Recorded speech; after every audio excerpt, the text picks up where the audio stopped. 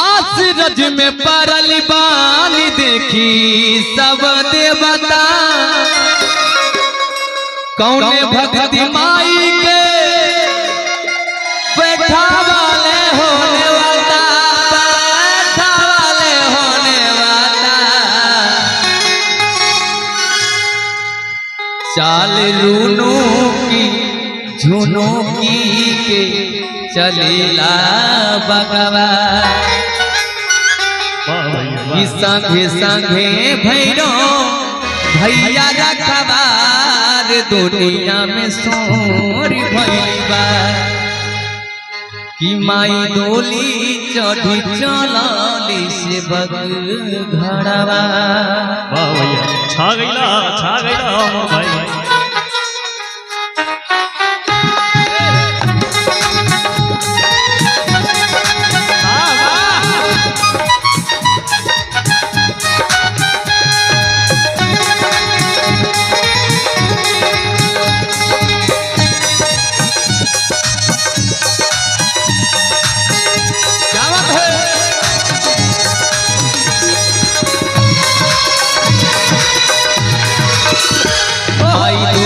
चलाली से बगी घरवा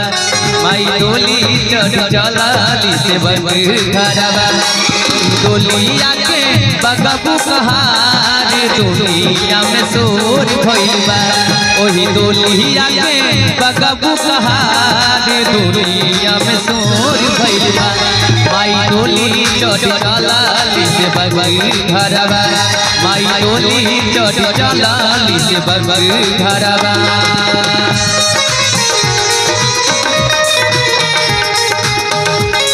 क्या बात है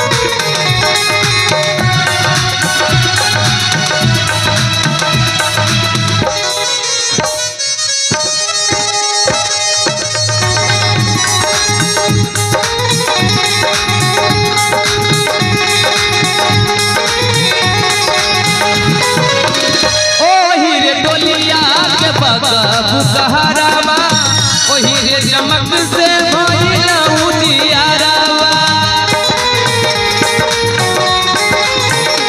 ओही रे डोलिया के बाबा बुकहरावा ओही रे चमक से भइला उजियारावा भइला उजियारावा चाल रूनू की झुनुकी के चलेला बगवा चाल रूनू की झुनुकी के चलेला बगवा संगे संगे भैलो भैया रखबार दुनिया में शोर भइलबा संगे संगे भैलो भैया रखबार दुनिया में शोर भइलबा माई डोली चढ़ चलाली से बगी घरवा माई डोली चढ़ चलाली से बगी घरवा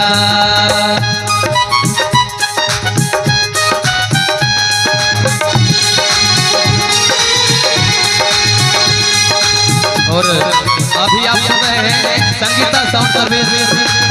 बगरस चौक के माध्यम से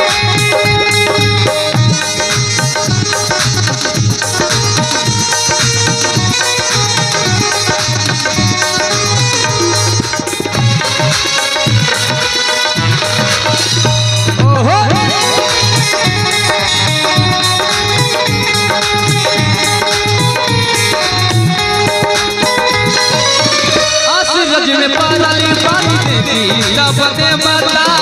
कौने घर माई के बैठा वाले होने वाला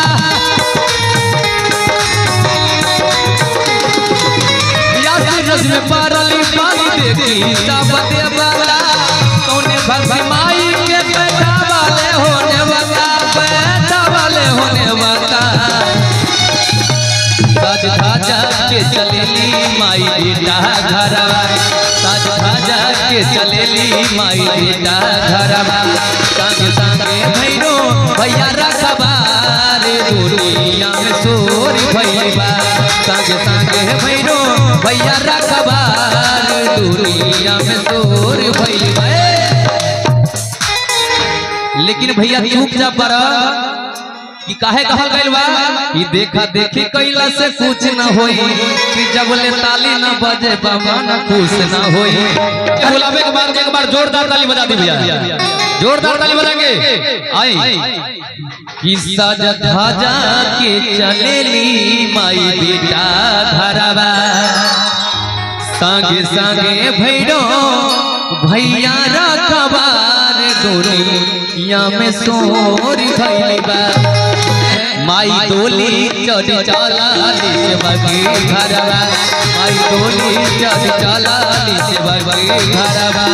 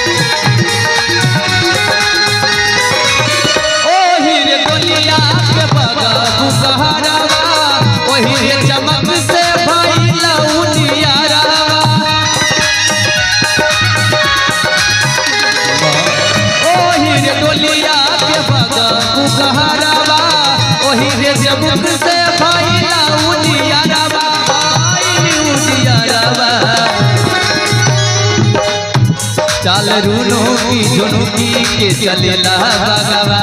चाल रूनो की झुनुकी के चलेला भगवा